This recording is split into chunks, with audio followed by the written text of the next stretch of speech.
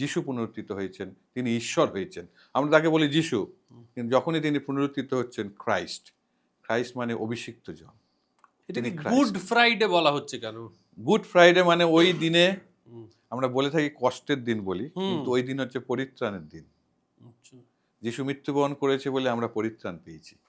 হুম, তার মৃত্যু এনে দিয়েছে নতুন জীবন। হুম, তার মৃত্যুর মধ্যে থেকে আমরা ঈশ্বরের সঙ্গে যুক্ত হয়েছি। কারণ আমরা অনুশোচনা করেছি, আমরা বুঝতে পেরেছি তা আমরা পাপী। হুম, আর তার কাছে আমরা ফিরে এসেছি।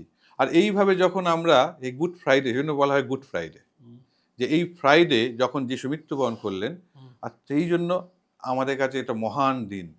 আমরা অনেক সময় বলে থাকি যে গুড ফ্রাইডে খুব কষ্টের, দুঃখের আছে, কিন্তু তার সঙ্গে একটা আনন্দের দিন, যে ঈশ্বর আমাদেরকে মুক্ত করেছে পাপ থেকে।